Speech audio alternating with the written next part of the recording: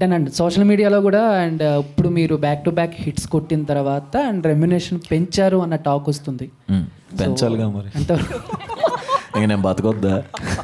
ఇక నేను junior artist నుంచి వచ్చాను, రోజుకు 100 రూపాయలు తీసుకున్న నుంచి వచ్చాను, తీసుకోవాలనుకుంటాను కదా నేను కూడా. అదే 3,000 నుంచి 3 కోట్ల వరకు అని చెప్పేసి సో టాపిక్ అనమాట.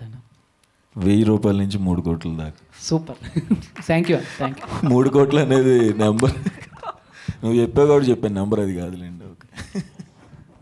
మణికంఠ గారు, టీజర్ లుక్స్ గుడ్ అండి, ఇంట్రెస్టింగ్ ఉంది. రిలీజ్ ఎప్పుడు ప్లాన్ చేస్తున్నారు? ఇందాక సాయి రాజేష్ గారు అన్నారు ఎప్పుడైనా వేసేయచ్చు, కాన్ఫిడెంట్గా ఉండండి అని. సో ఎప్పుడు వేస్తున్నారు రిలీజ్ డేట్? ఎప్పుడు సార్? అంటే ఎప్పుడైనా వేసేయచ్చు అంటే థియేటర్లు దొరకాలి కదా సార్.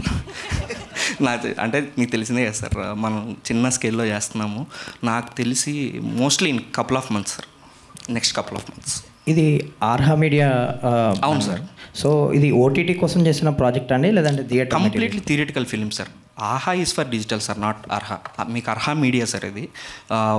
మేము థియేటర్ ఫిలిం కోసమే చేసాం ఇది, అసలు డిజిటల్ కంటెంట్ కాదు sir. Suhas bro hi. Hi bro hi. బాగుంది, అంటే లైక్ ఫేస్ బ్లైండ్నెస్ అనేది కాన్సెప్ట్ ఆల్రెడీ అంటే ఇంప్రెసివ్గా ఉంది. కాకపోతే ఒక డౌట్ ఏంటంటే, ఇప్పుడు యూజువల్లీ బ్లైండ్నెస్తో ఉండేటప్పుడు విలన్స్ గుర్తుపట్టడం కష్టమే, కానీ హీరోయిన్తో రొమాన్స్ అలా? అది కూడా చాలా బాగుంటుంది సినిమాలో. అంటే ఒక ఎమోషన్ ఉంటుంది నిజంగా, రొమాన్స్లో ఒక మంచి ఎమోషన్ ఉంటుంది. అంటే ఫేసులు గుర్తుపట్టలేడు, తనతో మాట్లాడేటప్పుడు కానీ, తనని హగ్ చేసుకునేటప్పుడు కానీ ఎలా ఫీల్ అవుతారు అని ఒక క్వశ్చన్ వస్తుంది. అది ఇంక నేను చెప్పకూడదు కానీ, అదే ఇంక టీజరే కదా, ఇంకా చాలా బాగా కళ్ళండ నీళ్ళు తిరుగుతాయి అలాంటి పాయింట్స్ వచ్చినప్పుడు. ఓకే.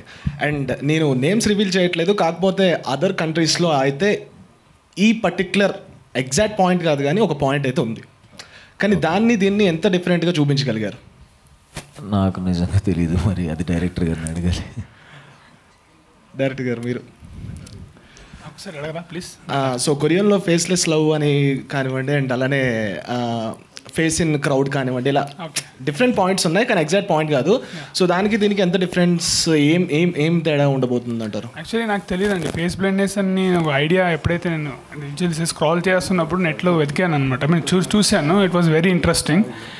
నాకు అలాంటి ఒక సినిమా ఉందని ఐడియా లేదు. ఒక్కసారి కథ స్టార్ట్ అయ్యడం యాజ్ యూజువల్ ఎవ్రీ డైరెక్టర్ చేసినట్టు నేను ఇంకేమైనా సినిమాలోనే ఐడెంటిఫై కొట్టి చూడడం వరకే చూశాను. అండ్ ఇట్స్ వే బెటర్, నేను గ్యారెంటీ చెప్తా.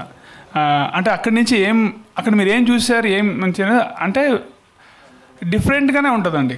అంటే అక్కడ నా క్వశ్చన్ ఎగ్జాక్ట్ ఇంకోసారి చెప్పరా ప్లీజ్? సో అదే అక్కడ ఏం చూసారు, ఇక్కడ ఏమి ఉంటుందన్నా? ఎస్, అంటే ఏం డిఫరెన్స్ కనిపించబోతుంది అంటున్నాను.